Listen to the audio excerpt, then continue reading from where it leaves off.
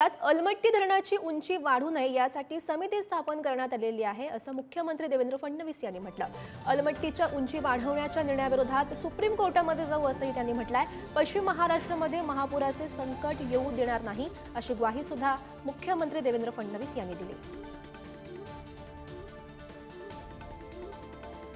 अलमट्टीचे पुराचे जे प्रश्न मांडलेले आहेत त्याच्यावर पूर्णपणे लक्ष ठेवून आम्ही आहोत।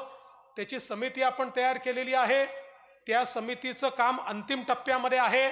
सगळा स्टडी करून आवश्यकता असेल तर त्यामध्ये सुप्रीम कोर्टापर्यंत जाण्याची तयारी देखील आपण करून ठेवलेली आहे। त्यामुळे कुठल्याही परिस्थितीमध्ये आपल्या कोल्हापूरच्या किंवा सांगलीच्या भागाला पुराचा धोका निर्माण होणार नाही याकरता जे काही करावं लागेल ते करण्याचा प्रयत्न आपला निश्चितपणे असेल।